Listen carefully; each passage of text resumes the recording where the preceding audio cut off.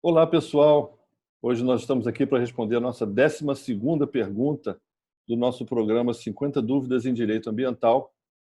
E a pergunta de hoje, ela deriva, de certa forma, da pergunta, da explicação que foi dada na semana passada para a pergunta sobre se um ente, se um órgão ambiental poderia aplicar multa por infração ambiental com base em legislação de outro ente federativo. Por exemplo, o município aplicando multa com base na Lei de Crimes Ambientais, de Crimes e Infrações Ambientais, a Lei 9605, o Decreto 6.514, que regulamenta essa lei. E a nossa resposta foi que sim, tá? Então isso levou, a alguns debates, com base na nossa explicação. E o meu colega, grande secretário de Meio Ambiente lá de Cabedelo, na Paraíba, o Valber Farias, ele me mandou uma pergunta em cima da última explicação, que era o seguinte: o município poderia, nesse caso, aplicar valores de multa diferentes daquilo que já estivesse previsto na legislação? No caso, especificamente, se esses valores de multas poderiam ser menores ou maiores do que aquilo que já estiver em vigor nas regras estaduais ou nacionais, tá? Então, a gente vai responder essa pergunta aqui, desde já agradecendo aí ao Valber pela pergunta, e vamos partir da base da explicação para a pergunta anterior, que é justamente a distribuição de competências legislativas prevista na nossa Constituição. Bem, aí a pergunta, e agora a gente vai responder, retomando a explicação que foi dada na aula passada, na explicação passada. A gente precisa entender essa distribuição de competências com base no que estabelece a Constituição. A gente sempre reforça aqui que, para definir competências dentro, do nosso sistema federativo, é necessário que seja uma norma constitucional. E aqui, no caso do artigo 24 da Constituição Federal, nós temos justamente a distribuição de competências para o tema ambiental. Como vocês podem ver aí, compete à União, aos Estados e ao Distrito Federal legislar concorrentemente, e aí a gente por isso chama de competência concorrente, sobre floresta, caça, pesca e fauna, conservação da natureza, defesa do solo, dos recursos naturais, enfim, os temas afetos aí à questão ambiental. Na sequência dessa distribuição, existe umas regrinhas aí para essa distribuição de competência, que estão nos parágrafos desse artigo, e aqui logo no parágrafo 1º, no âmbito da legislação concorrente, a competência da União limitar-se-á a estabelecer normas gerais. Tá? Então, assim, entre os estados e a União, a gente viu ali que, por enquanto, o município não aparece, tá? Então nós estamos falando aqui de uma divisão de competências entre a União e os estados. A parte que compete à União é estabelecer normas gerais, tá? Ou seja, a União vem e propõe uma legislação, legisla de uma forma ampla, para que, a partir daí, e aí o parágrafo 2º, os estados possam complementar, entrar no detalhe, se for o caso, quanto essas normas gerais já existentes. Okay? Agora, se não tiver a União legislado sobre um determinado tema, os estados aí eles passam a ter a atribuição, a prerrogativa de exercer o que se chama de competência legislativa plena. Quer dizer, se a União não tiver criado legislação nenhuma sobre, vamos supor, infrações ambientais, os estados podem cada um ir lá e criar as suas normas da forma que melhor lhe convierem, ok? E isso também só até, e aí o parágrafo 4º, só até o momento em que a lei federal vier e normatizar esse tema, e aí sim criando normas gerais, e tudo aquilo que tiver eventualmente sido normatizado pelos estados e tiver em desacordo, indo de encontro àquilo que a lei federal tiver regulado, isso passa, perde a sua eficácia, Isso vai ser derrogado, a partir desse momento. Okay? Bem, e aonde entra, então, a parte dos municípios? Tá? A parte que cabe aos municípios para legislar em tema ambiental, ela vai estar prevista justamente no artigo 30 também da Constituição, e nessas duas opções, legislar sobre assuntos de interesse local, e muitas das questões ambientais, por vezes, têm esse âmbito, né, de interesse local, e ainda suplementar a legislação federal e estadual no que couber. Ou seja, dentro daquela ideia da competência concorrente, a União legisla, depois os estados vão e entram um pouco mais no detalhe. Se ainda sobrar algum espaço, os municípios também podem legislar, e aí, mais uma vez, de forma que não agrida, que não interfira, que não crie um conflito com a legislação nem a estadual e nem a federal. Tá? Vamos ver aqui num gráfico como é que isso acontece, né, de uma forma um pouco mais didática para que vocês possam entender a competência concorrente. Tá? Então, nós temos aqui, vamos supor, o tema das infrações ao meio ambiente. Né? Em determinado momento, vamos voltar lá, que isso seja 1996, nós não tínhamos uma lei definindo crimes ambientais ou infrações ambientais, até que a União legislou a partir da Lei 9605 de 98, que é a chamada Lei de Crimes Ambientais, mas ela também trata das infrações ambientais, aquelas punições para quem causa danos ao meio ambiente, tá? E eventualmente também com o Decreto 6.514, que regulamentou a Lei 9605. Tá? Então, nós estamos aí agora, né, com essa lacuna preenchida a partir das normas gerais criadas pela União em 1998.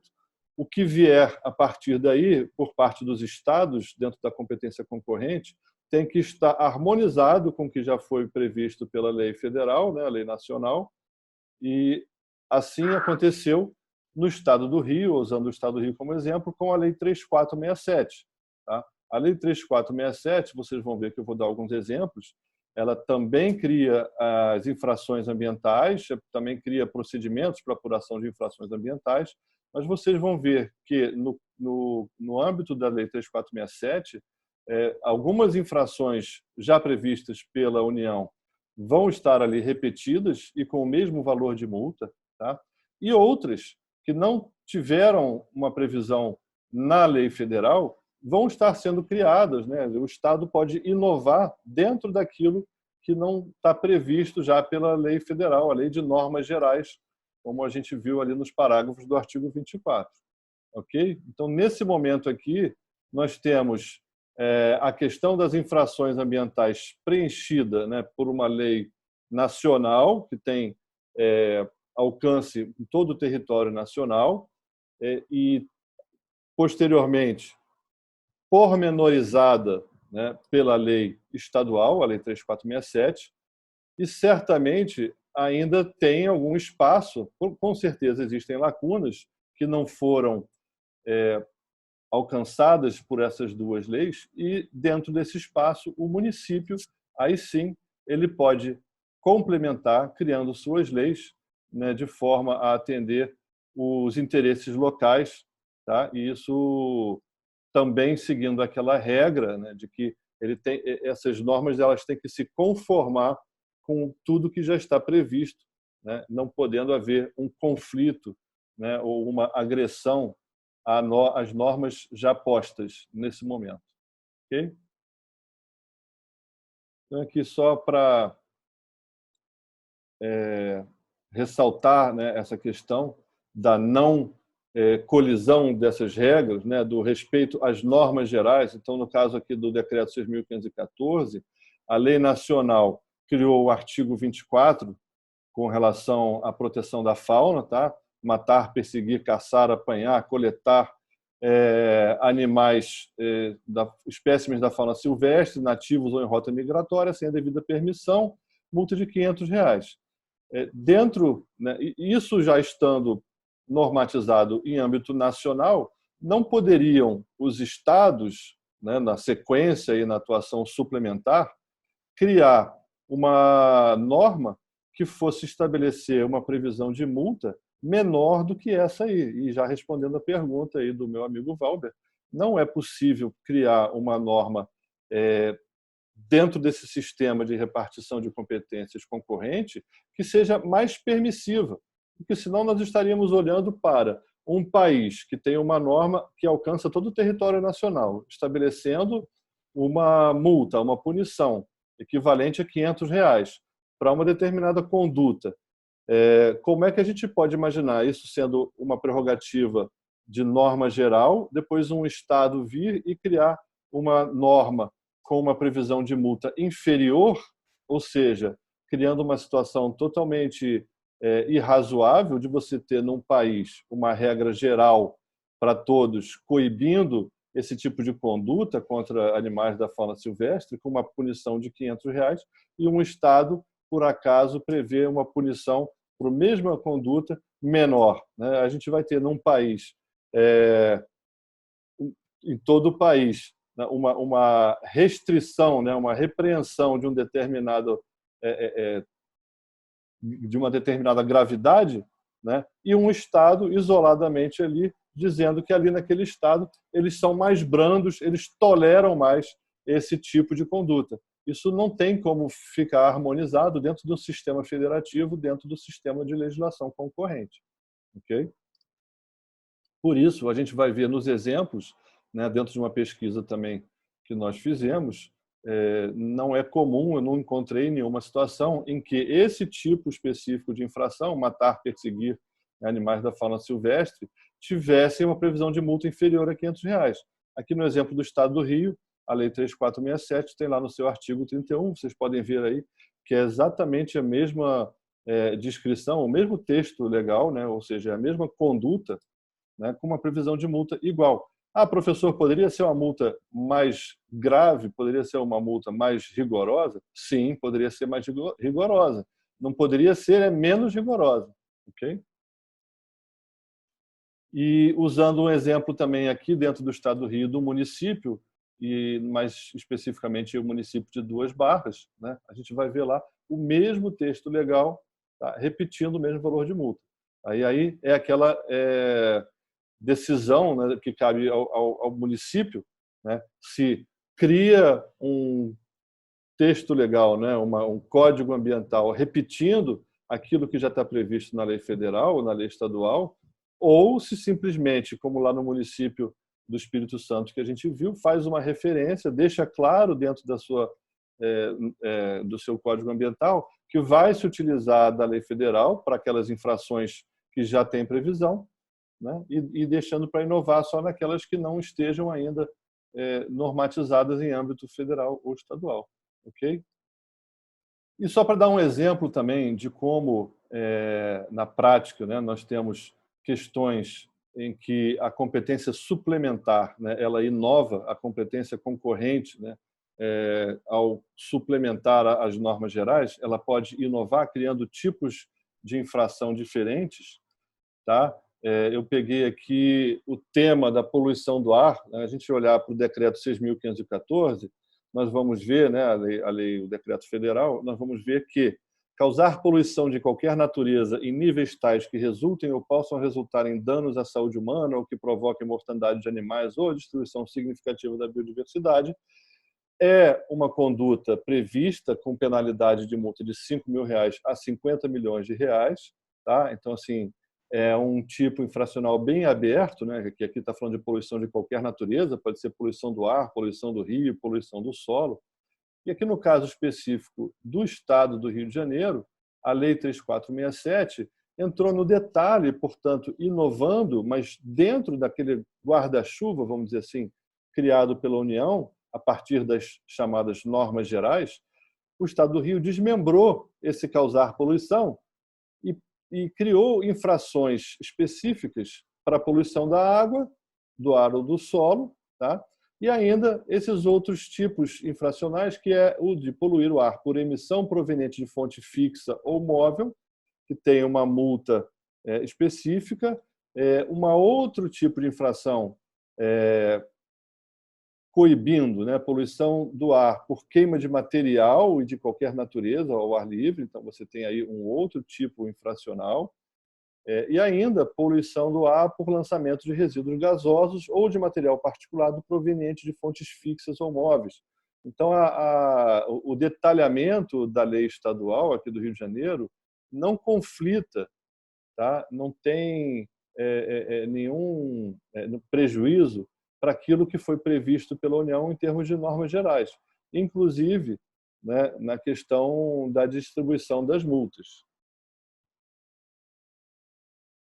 E entrando no espaço não regulamentado, ainda aqui sobre a questão da poluição do ar, nós temos lá no município de Duas Barras, muito interessante, por sinal, aí parabéns para quem participou da criação dessa lei, né? Foi criado também um tipo infracional específico para controle de emissão de material particulado, né, que a gente vai ver aqui no detalhe, né, deverão ser respeitados, dentre outros, os seguintes procedimentos gerais para o controle de emissão de material particulado. Então, lá, dentro da competência concorrente, dentro até da competência dos municípios de criar legislação de interesse local, criaram um detalhamento sobre essa questão da emissão de material particulado, sobre a estocagem a céu aberto de materiais que possam gerar emissão para o transporte eólico. A gente sabe que existem determinadas empresas lá que criam aquelas pilhas, né, de material particulado, e para isso o município de Duas Barras criou